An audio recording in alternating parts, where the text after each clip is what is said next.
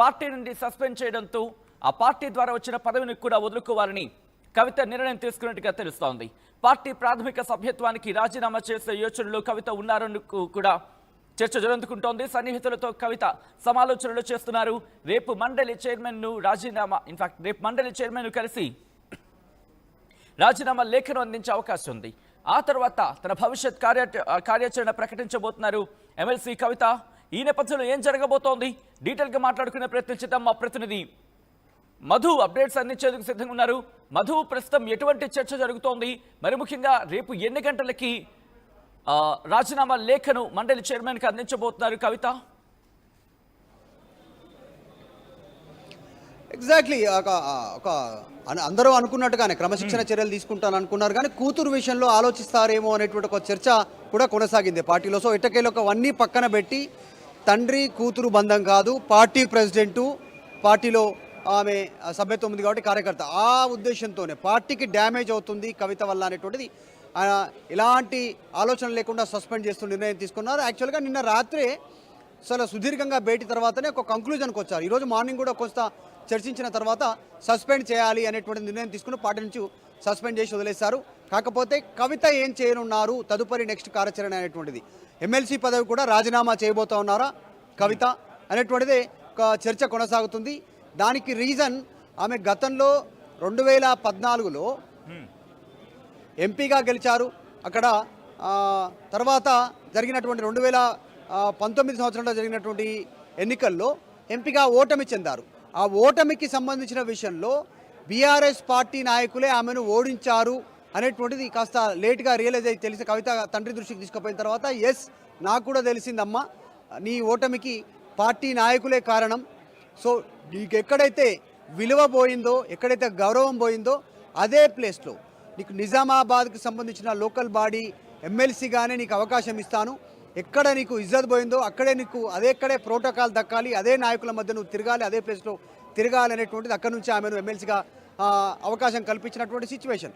So అలాంటి సిచ్యువేషన్లో కూతురి గౌరవం కోసం ఆలోచించినటువంటి అప్పుడు ఉన్నటువంటి కేసీఆర్ ఇప్పుడు మరి కూతురు క్వశ్చన్ చేస్తున్న నేపథ్యంలో ఆమె ఈరోజు కొంతమందిని దూరం పెట్టండి, దయ్యాలున్నాయి, కోవట్టులున్నారు, పార్టీని నష్టం చేస్తూ ఉన్నారు వీళ్ళంతా కూడా అనేటువంటిది, వాళ్ళని దూరం పెట్టమని కవిత మాట్లాడితే ఈరోజు పార్టీ ప్రెసిడెంట్గా కేసీఆర్ ఆమెనే సస్పెండ్ చేస్తూ ఆమెనే దూరం చేస్తూ నిర్ణయం తీసుకున్నటువంటి సిచ్యువేషన్. అసలు ఏం జరుగుతుంది బీఆర్ఎస్లో అనేటువంటిదే పెద్ద చర్చనీయాంశంగా మారుతుంది. నిజంగా ఇది పొలిటికల్ డ్రామానా, ప్రతిపక్షాలు ఆరోపిస్తున్నట్టు అంతా తెలిసే గేమ్ ఆడుతున్నారా, లేదు అంటే నిజంగానే పొరపచ్చాలు వచ్చాయా? ఆ పొరపచ్చాలు ఎందుకు వచ్చాయి? పదవి తర్వాత పొజిషన్స్ వీటి కోసం వచ్చాయా, లేదంటే ఇంకా ఇతరత్ర కారణాలు ఏమైనా, ఆధిపత్య కారణాలు ఏమైనా ఉన్నాయా?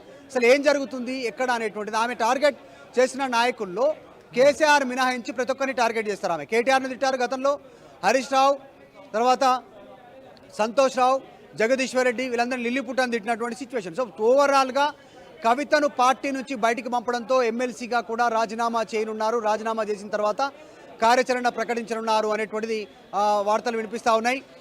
ఆమె ఎమ్మెల్సీగా రాజీనామా చేసి జాగృతి పేరిట పార్టీ స్థాపించి క్షేత్రస్థాయిలో వెళ్ళాలని ఆలోచిస్తున్నట్టుగా తెలుస్తూ ఉంది. సో మొత్తానికి కన్న తండ్రి కఠిన నిర్ణయం తీసుకున్నారు. చాలా పార్టీ క్రమశిక్షణ కింద ఆమెను సస్పెండ్ చేస్తూ నిర్ణయం తీసుకున్నారు. సోమా భరత్ తర్వాత ఎమ్మెల్సీ రవీందర్ రావు ఇద్దరు సంతకాలతో లేఖ విడుదలైంది కేసీఆర్ అనుమతితో. మొత్తానికి ఆమె సస్పెండ్ అయినటువంటి situation. So BRS party office దగ్గర ఉన్నాం మనం, ప్రస్తుతం విజువల్స్లో చూడొచ్చు ఒకసారి. గతంలో కవిత గురించి మాట్లాడడానికి ఎవరు పెద్దగా సాహసించకపోయేవాళ్ళు, ఆమె గురించి మాట్లాడడానికి.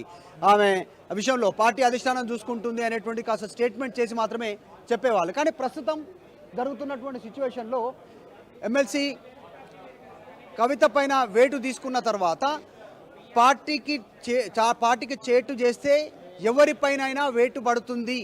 అందుకు ఉదాహరణ సొంత కూతురు కవిత పైనే కేసీఆర్ వేటు వేశారు క్రమశిక్షణ కింద అనేటువంటిది ఒక మెసేజ్ పార్టీకి ఇవ్వబోతున్నట్టుగా తెలుస్తూ ఉంది. కానీ కవిత డిమాండ్స్ ఇక్కడ వేరే ఉన్నాయి. హరీష్ రావు, సంతోష్ రావు వీళ్ళందరికీ సంబంధించినటువంటి విషయాలపైన అని చెప్తారు. కవిత అంశంపైన మాట్లాడదాం. మహిళా నాయకురాలు ఉన్నారు, సుమిత్రానందన్ ఉన్నారు.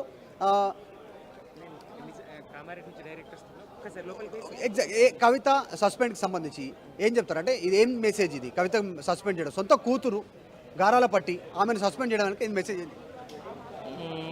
తెలంగాణ అందరం కూడా ఎప్పుడైతే తెలంగాణ రాష్ట్ర సాధన కోసం ప్రాణాలను పణంగా పెట్టిండో అప్పుడే యావత్తు తెలంగాణ ఆయన బిడ్డలనే అర్థం.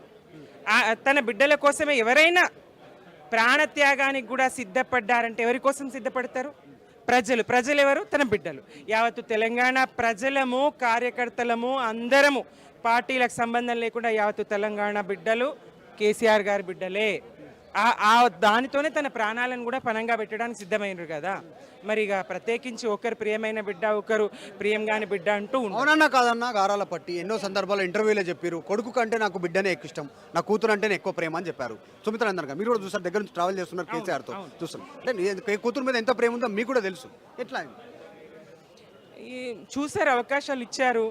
మరి ఏదైతే కాళేశ్వరానికి వ్యతిరేకంగా, కాళేశ్వరంలో అవినీతే లేదని మేము, అది తెలంగాణను సుసంపన్నం చేసింది, వలసలను వాపసు తెచ్చింది, తరాల తెలంగాణ తల్లి దాహార్తిని తీర్చింది, దూపను తీర్చింది. మరి అటువంటి కాళేశ్వరం నిర్మాణం కేసీఆర్ గారు చాలా ముందు చూపుతోని, గొప్ప దార్శనికుడు ఆయన.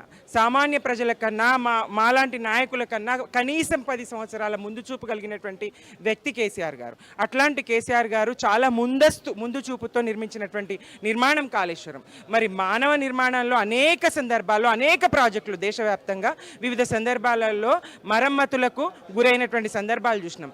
అలా చిన్న 2 పిల్లర్ల కుంగుబాటును మరి దాన్ని మరమ్మతు చేయకుండా దాన్ని రాజకీయం చేస్తూ ఎన్నికల కాంగ్రెస్ వదిలేస్తే కవిత నిన్న ఒక స్టేట్మెంట్ చేశారు, ఎండార్ చేశారు ఆమె అవినీతి అంశంలో. హరీష్ రావు, తర్వాత సంతోష్ రావు, మెగా కృష్ణారెడ్డి వీళ్ళ వల్లనే చెడ్డ పేరు వస్తుంది, సిబిఐ కేసు, అవినీతి జరిగింది, అక్రమంగా సంపాదించు, ఆమె ఎండార్ చేస్తున్నారు అవినీతి జరిగిందని.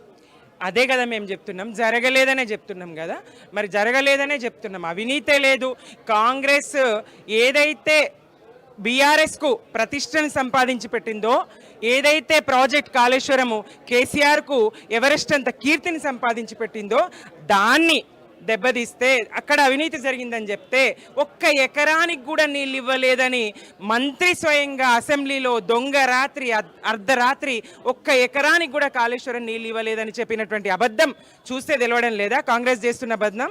మరి దానికి మరి ఊతమిచ్చే విధంగా, శత్రువుకు ఆయుధం అయ్యే విధంగా తను మాట్లాడిన మాటలు ఖండిస్తూ ఉన్నాం. ఈరోజు కవిత పైన వేటు మెసేజు, ఫ్యూచర్లో పార్టీలో ఎవరు అతిక్రమించినా వాళ్ళపైన కూడా వేటు పడుతుంది, ఎవరిని ఉపేక్షించమనేటువంటి మెసేజ్ కూడా ఇచ్చినట్టుగా చర్చ సాగుతుంది. సొంత కూతురు పైనే చర్య తీసుకుంటే, వేటు వేస్తే నెక్స్ట్ పార్టీలో అంతకు మించి ఎవరు లేరు, ఏ స్థాయిలో ఉన్నా కూడా వేటు వేయడానికి కేసీఆర్ సిద్ధమనే మెసేజ్ కూడా అనేది. అవును, తప్పకుండా. ఎవరైనా, నేను ముందే చెప్పాను మీకు మాటల సందర్భంలో, కేసీఆర్ ప్రజలందరూ ఉద్యమ నాయకులు, ఇక్కడ కార్యకర్తలు, ఉద్యమ నాయకులు ఎవరైనా అందరు బిడ్డలతో సమానం, తనకు అందరూ కూడా తన బిడ్డలతో సమానం. అయినప్పటికీ ఎవరం గీత దాటినా, ఎవరం అతిక్రమించినా చర్యలు తప్పకుండా ఉంటాయి. రైట్, అంటే మీరు మళ్ళీ సమర్థిస్తున్నారు దీన్ని మళ్ళీ రివోక్ చేసే అట్లాంటి ఏముండదా? పార్టీ నిర్ణయం, అధినేత నిర్ణయం